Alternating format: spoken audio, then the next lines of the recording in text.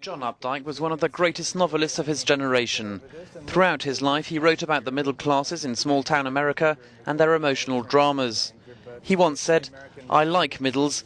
It is in middles that extremes clash, where ambiguity restlessly rules." Beyond making a record of contemporary life, which is what you inevitably do, he was trying to make beautiful books.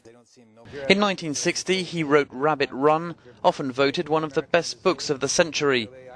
It's about a character named Harry Rabbit Angstrom and his difficult adjustment to adult life. The novel was just the first of a series on Harry Rabbit. I thought I signed all these already. Updike, who often worked for the New Yorker magazine, published in all more than 50 books, including short stories and poetry. And twice he was awarded the prestigious Pulitzer Prize. I remember the germination of the story, or I seem to, since it's my most best-known story. I've talked about it more than the others. I had seen several girls in bathing suits cruising the aisles, and it was sufficiently startling that it stuck in my mind, because although girls in bathing suits at the beach are one thing, girls in bathing suits in bare feet on those well-trod tiles, all that sort of seemed to make a germ of a story. And my story was simply that the girls are challenged by the manager, and the boy in the checkout slot, a 19-year-old called Sammy, witnesses this. He's offended when the manager chastises the girl for not coming in here decent. So he says, "I quit." The manager says, "Sammy, you don't want to do this to your mom and dad." And he says to us, "It's true I don't, but it seems to me that once you begin a gesture, it's fatal not to go through with it." So he folds up his apron and puts the bow tie down on top of the apron, walks out the door, hoping to get some recognition for having been a knight errant.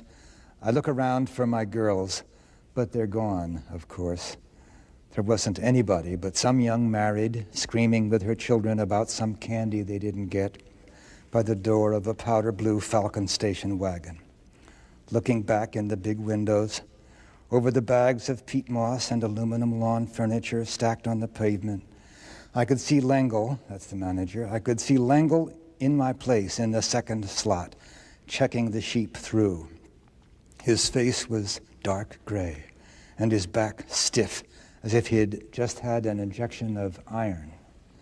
And my stomach kind of fell as I felt how hard the world was going to be to me from here on in. I felt how hard the world was going to be for me from here on in. The kind of zinger ending, in this case, a young man looking at the rest of his life with new eyes.